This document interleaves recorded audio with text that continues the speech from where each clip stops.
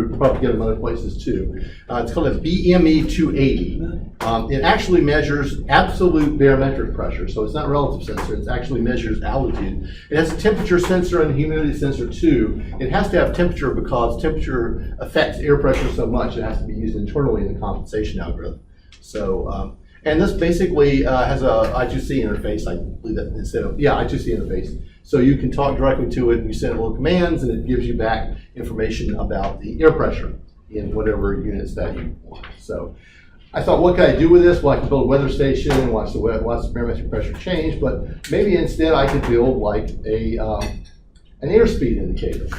Now, I got some help on this from my friend Barry Frazier, who's a retired Lockheed engineer. The nice thing about Barry is if you call him up and you say, Barry, I'm building an airspeed indicator for my car and I can't figure out how this Bernoulli thing works.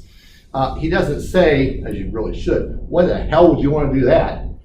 He says, I'll have a book on that somewhere, and I did some experiments in a Cessna in 1975 on that, so let come over and we'll do it. So he helped me a lot with the code. This is the sensor which you see there, stuck on the front of my car. Barry's suggestion was get it out as far in front of the slipstream as possible, so park carefully when you're wearing this thing. And the air flows in the tube, pressurizes a little barometric pressure sensor, and the software compares the difference between the pressure in the box from the air flowing in to the ambient pressure in the car. So I actually have two of those little BME280s.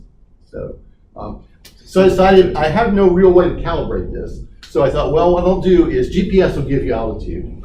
It's not real good, but it gives you altitude. And so what I'll do is and GPS will give you ground speed, which is the same as your airspeed as long as the wind's not blowing. And so I thought I would just drive around the Popka. There actually are hills in a Popka, and we've proven that. And just compare the altitude as measured by the barometric pressure sensor to the altitude as measured by the GPS. And they compare pretty well, actually. I mean, I think there's a relatively high correlation there. I don't know what happened on the left with the big drop. I don't know if I fell into a hole or I think that was a software glitch. But on the left is the altitude over about a 10-minute period of driving around in a circle up and down hill in the Popka. On the right is airspeed versus ground speed. And while my airspeed is systematically too high, the pattern of ups and downs is just about right. The correlation is pretty good. So with some additional calibration, I believe I could make an effective airspeed indicator, which would mean I could finally do, when the cop pulls me over, I could say, but officer, my airspeed was only 55 because you see there's this tailwind. I don't think that's going to work, but it's kind of fun. And it's interesting, it's a very cool sensor. It's actually will measure sub-meter resolution, at least meter resolution, but you can move it up and down from the table and see an effect, which is amazing. They're used a lot in drones because it's really hard for altitude hold, because GPS is way too noisy to hold your drone. It's going to bounce, but this is pretty steady. So, and last but not least, I have a short video. I promise you it is short. I have to have the road test, right? So this is the road test. You got the GPS, the commercial GPS on the right-hand side. You have a meter on the left-hand side that is sort of calibrated to read my airspeed from the sensor ring. And if we play it, probably got some ugly audio too. Yeah. Play.